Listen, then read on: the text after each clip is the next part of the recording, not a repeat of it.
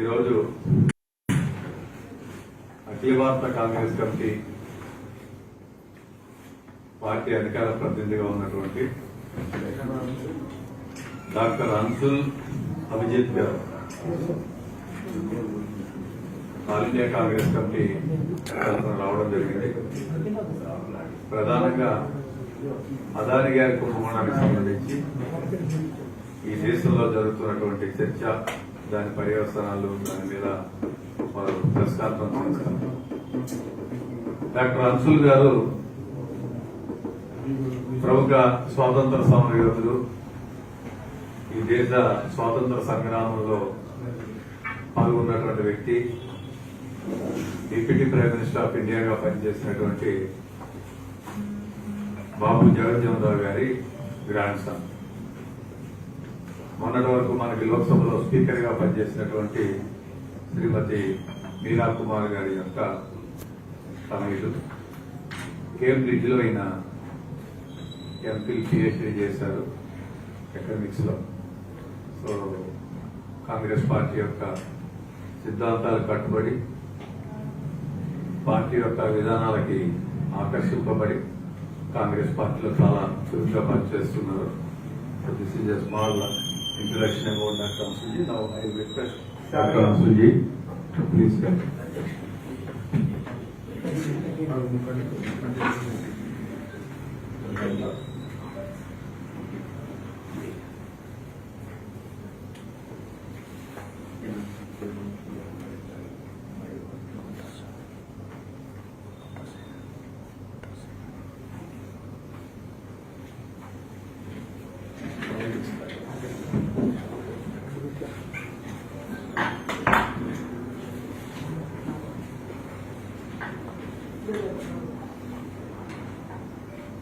On the dais,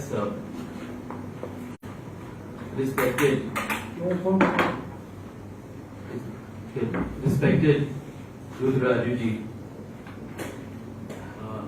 Padma Singh ji, Narasimha Rao ji, Guru Nadam ji, and I am very grateful for all the members of the press who are present here. It's wonderful to be in Vijayawada. I've come here a few times, but never in this capacity as a spokesperson, so I'm very happy to be here. I want to bring to your attention a very serious matter, and I want to make it very simple and straightforward. At this moment, there are 23 press conferences going on all over India, in various cities of India, सब शहरों में, of all fellow spokespersons on one singular issue, that is how money is being robbed from the poor, from the pockets of the poor, and being given to the rich, and one singular man in particular, Mr. Gautam Adani. We are going to talk about what is perhaps the largest financial scam in the modern world. It is a monumental scam, and we have to bring it to light. The government is silent, it is not responding, but we will keep bringing out the facts in front of you. This is crony capitalism, this is loot, this is robbery, this is pickpocketing of the poor and giving it to the rich. The Prime Minister in the Parliament, few days back when the Parliament session was on, he refused to answer any questions and said, these are just lies, these are dirty abuses by the opposition. That is not true. There is too much evidence stacked against Mr. Adani, and we want to know the relationship between Mr. Adani and this government, and how the Prime Minister is linked to that. These are questions that we must ask. The words, the speeches of our LOP in the Rajya Sabha, Kharge Sahab, and also of Shri Rahul Gandhi have been expunged. They have been removed, wiped out. Why?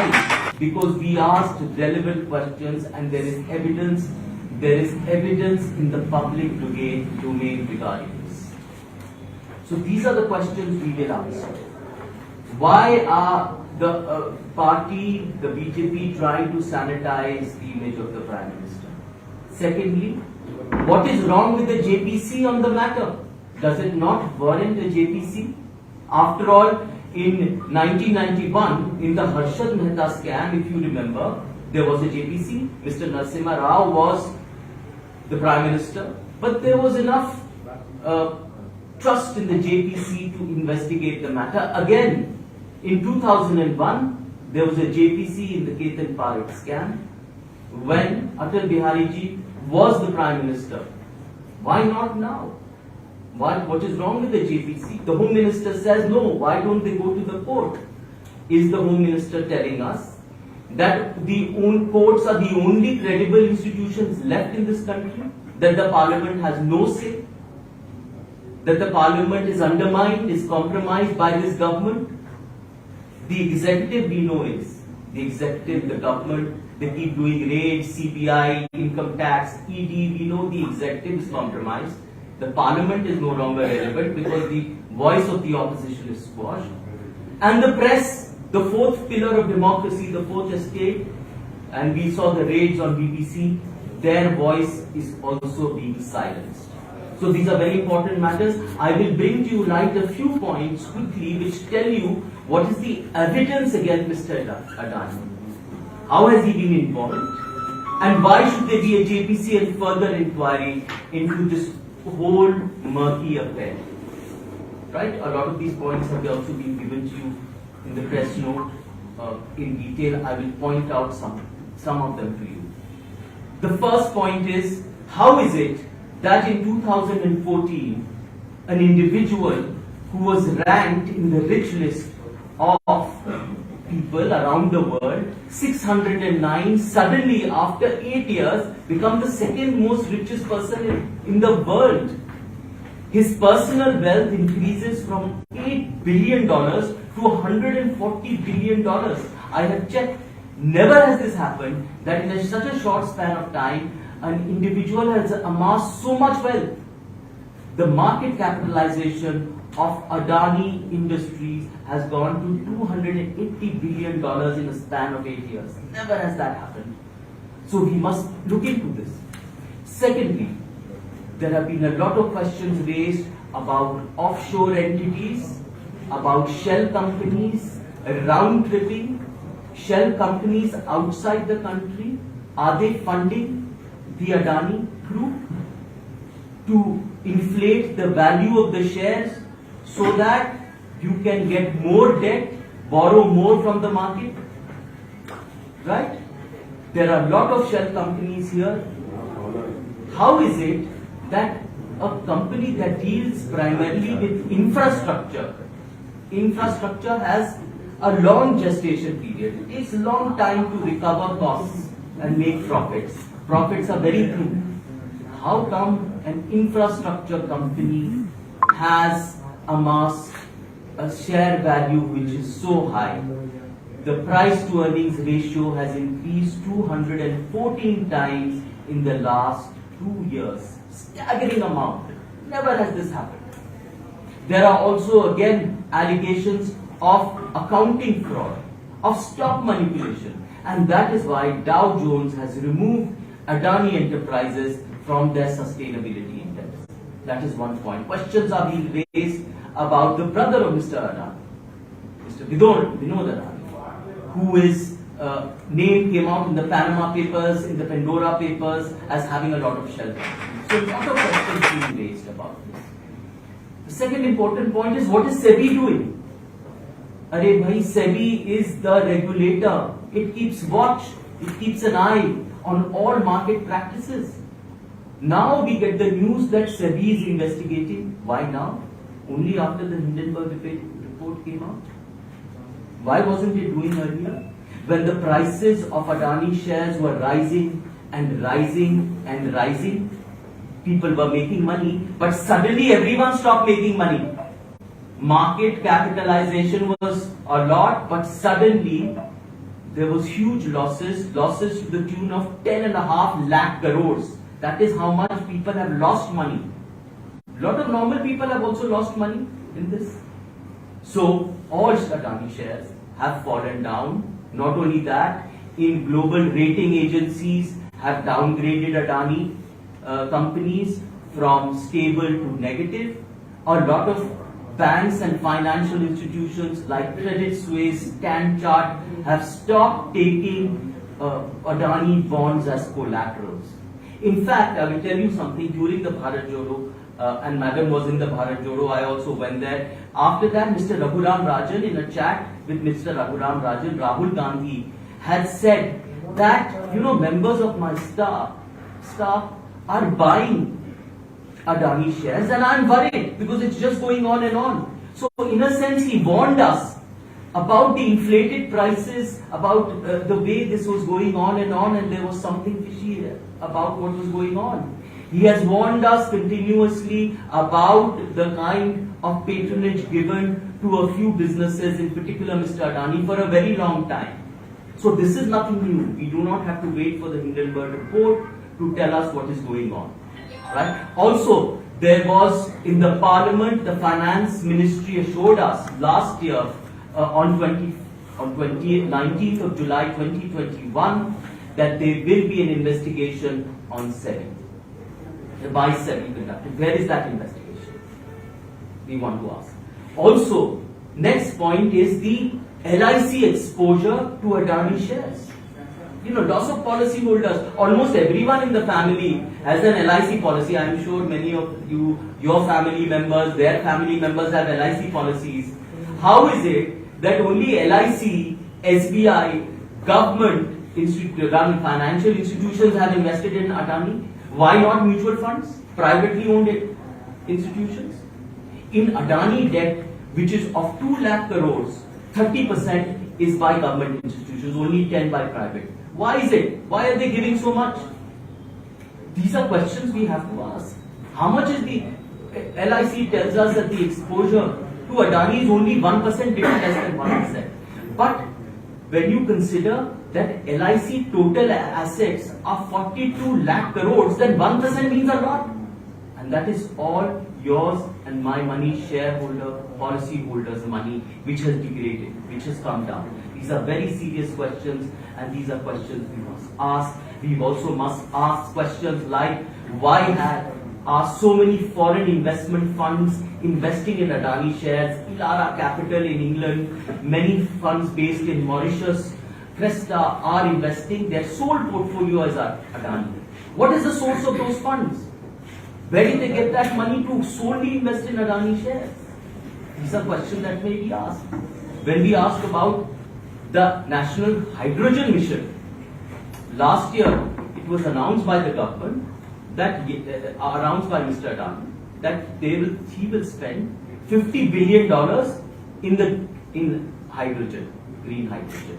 Suddenly, this year in January, the government announces an outlay of over 19 thousand crores for hydrogen mission. So suddenly, when Mr. Adani announces his interest in investing in a project, the government gives an outlay and subsidizes that. So every time there is an announcement, there is a subsidy by the government, and the subsidy is by taxpayers' money. It doesn't come by itself. It is by your money and my money. That is how subsidy comes. Right? So hydrogen mission. We want to know all the monopolistic ports that have been given. There are 13 ports which are controlled by the Adani Group. They control 30% of all port capacity, 40% of container volume. That is very strategic for the country. Monopolistic. And believe me, many of these ports were given to the Adani Group by not even a bidding process. Many were threatened, they were intimidated. In airports as well. Far too many airports with the group.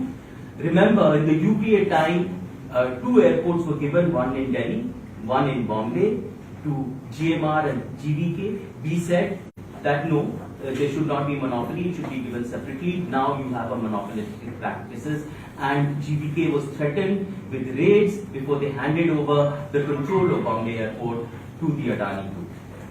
That is not all. The list keeps going on and on and on. I want to tell you about the trips of Mr. Adani with the Prime Minister to Israel and getting back defense contracts. I want to tell you about Sri Lanka and was Mr. Gotabaya Rajapaksa pressurized into awarding contracts to Mr. Adani there. In Bangladesh, we said that an MOU was signed between UPA and the Bangladesh government that NTPC will have a power plant there. Suddenly Mr. Adani comes into the picture, the Prime Minister goes in 2015 and there is a power plant in Godda in the Santhal Parganas to give electricity to Bangladesh. A private entity is given that. And all rules were flouted in giving that plant in Godda. Mr. Prime Minister talks about tribal welfare, a lot of rules.